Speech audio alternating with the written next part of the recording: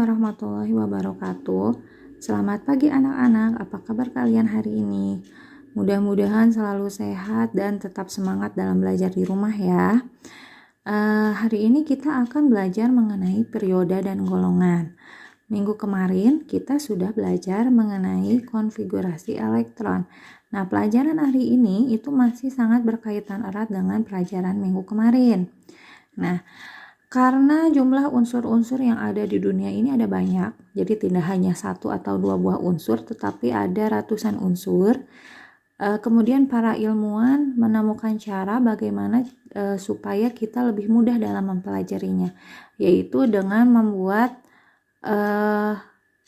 golongan dari unsur-unsur tersebut. Jadi mereka digolongkan, ada golongan A di sini ya, contohnya. Kemudian ada golongan B di sini, ini masih golongan A. Kemudian nanti ada deret lantanida dan aktinida. Nah, penggolongan unsur-unsur ini itu nantinya kita kenal dengan sistem periodik unsur.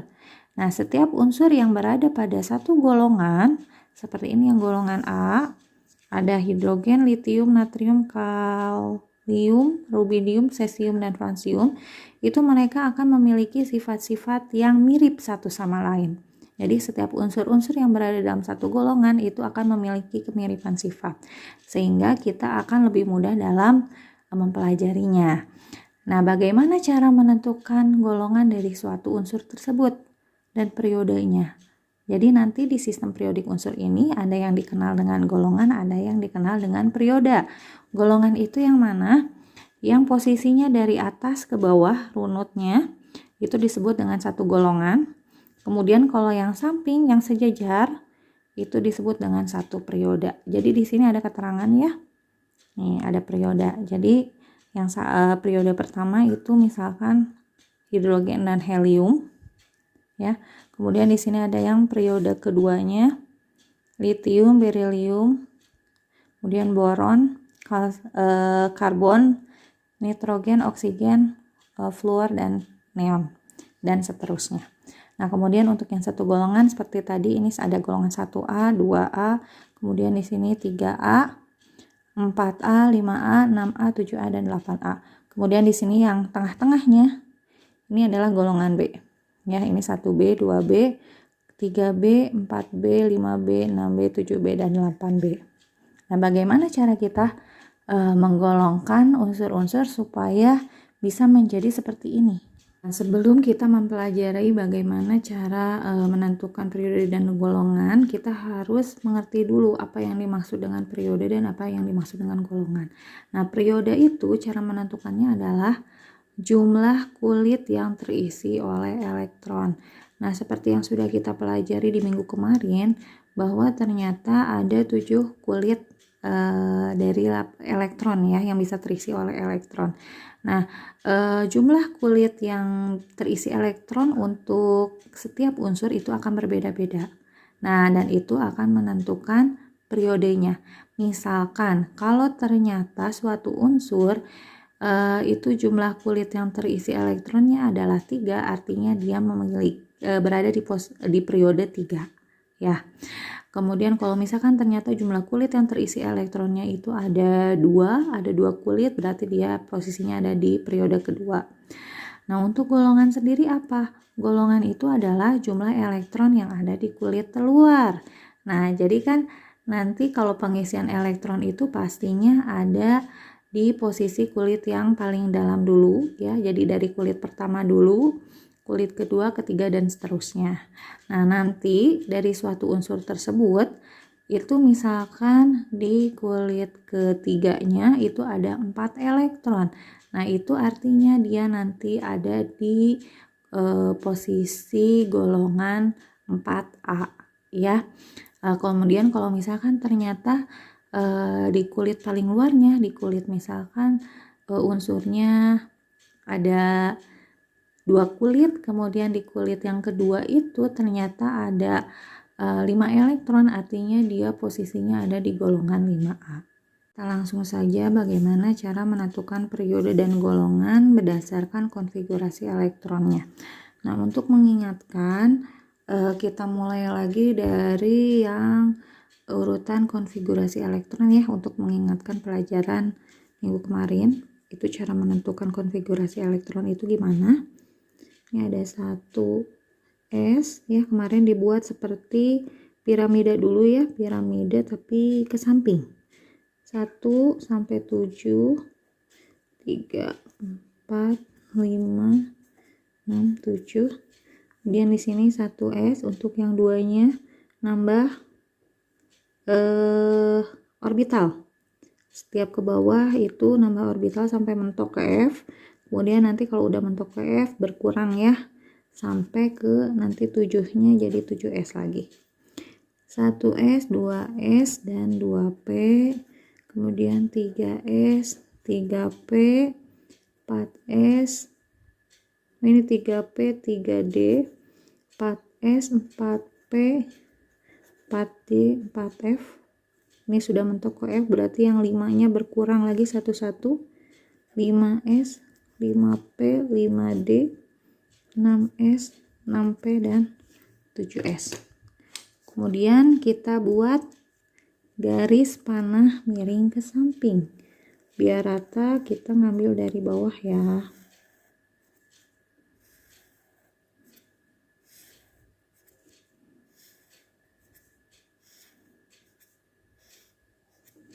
Kemudian urutan penulisannya itu kita sesuaikan dengan arah panah dari garisnya ini.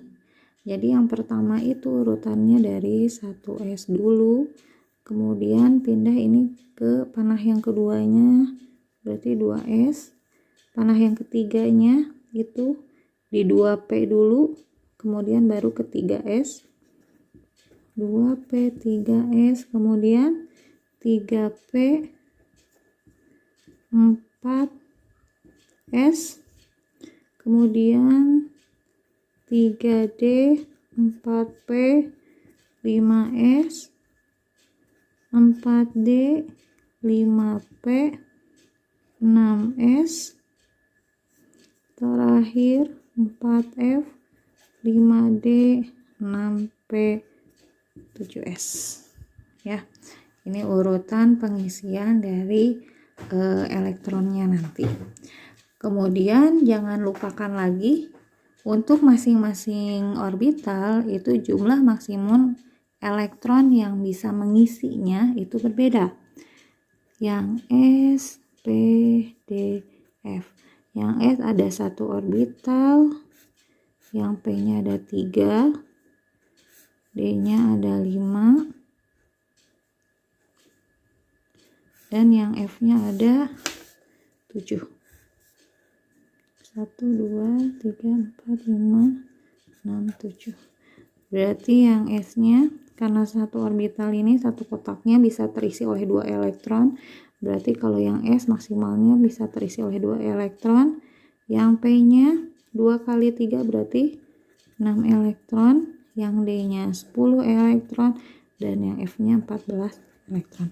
Ini jumlah elektron maksimal yang boleh terisi. Nah, sekarang baru kita tentukan konfigurasi elektronnya dulu, kemudian periode dan golongan. Ya, saya kasih contoh. Yang pertama, misalkan saya kasih contoh unsur K. K itu mempunyai nomor atom 19. Ya, artinya ini elektronnya ada 19. Konfigurasi elektronnya, kita lihat urutan yang ini. 1s, S itu maksimalnya berapa? 2. Kemudian 2s maksimalnya berapa? 2.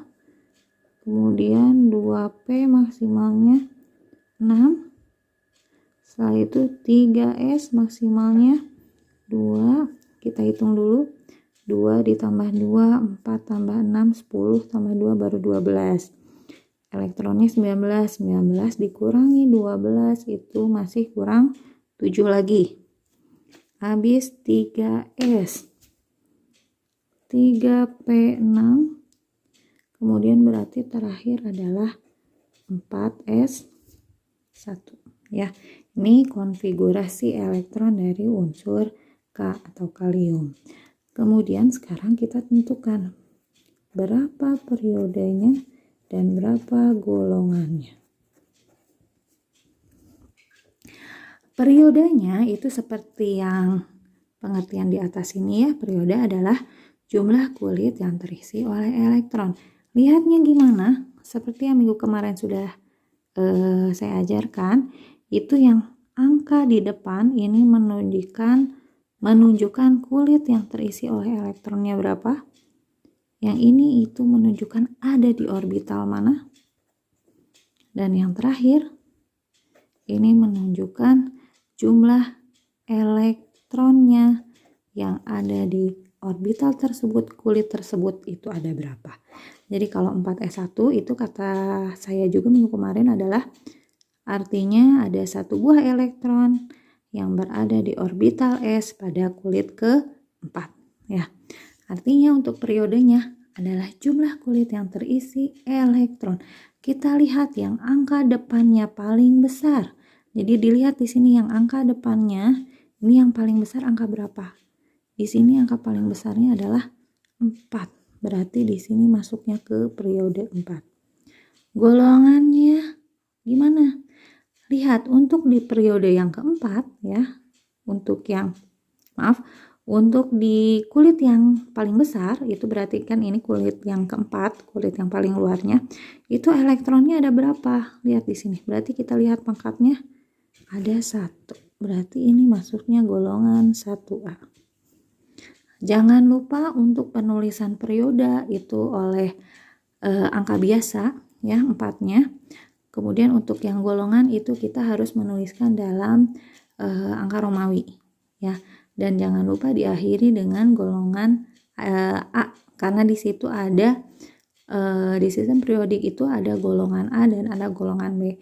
Nah, untuk yang kita pelajari itu hanya yang golongan A saja. Sekarang untuk contoh kedua, kita buat yang agak besar sedikit.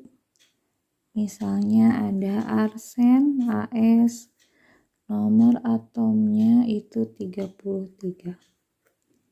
Ini artinya elektronnya ada 33. Konfigurasi elektronnya berarti pangkatnya jumlahnya harus ada 33 ya. Kita lihat lagi urutannya.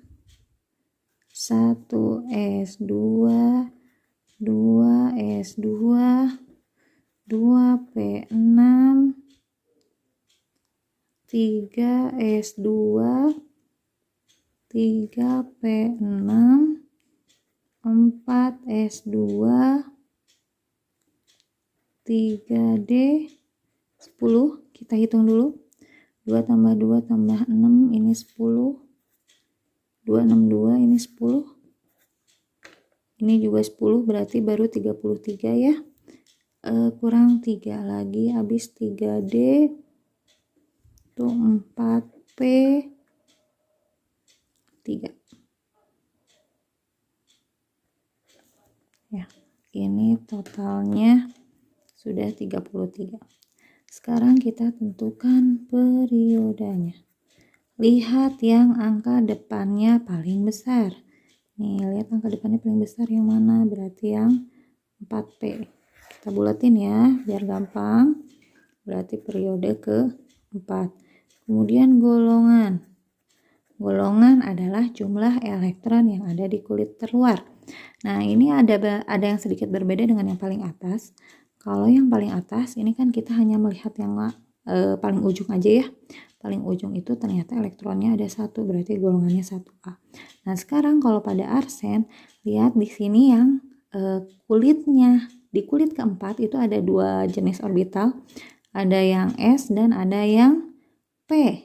Nah, jadi dari kedua orbital ini kita lihat elektronnya masing-masing ada berapa, itu kita jumlahkan.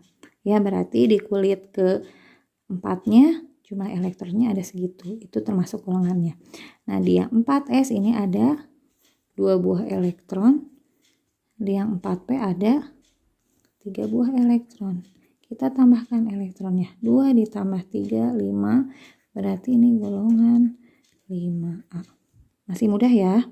Sekarang contoh terakhir Yang ketiga, kita cari yang lebih besar lagi. Misalkan di sini ada unsur Xe atau xenon, kemudian nomor atomnya 54. Ya, berarti ini elektronnya ada 54. Kemudian konfigurasi elektronnya 1s2, 2s2, 2p, 6, 3s2, 3p6, 4s2, 3d10, 4p6, 5s2, 4d10, 5p6. Coba kita hitung dulu. Ini 10, 2 tambah 2 tambah 6, 10, 2 tambah 6 tambah 2, ini 10, 10, 20, 30, ini 36, 36 ditambah 2, 38, tambah 10, 48, 48 tambah 6, 54, udah pas ya. Berarti ini konfigurasi elektron dari Xe. Kemudian kita tentukan lagi tadi periodenya.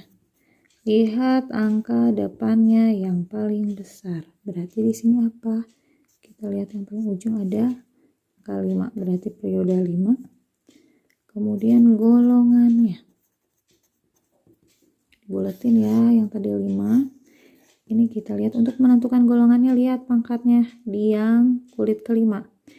Di S ada 2 buah elektron, di P-nya ada 6 buah elektron. 2 ditambah 4, 8 A ya.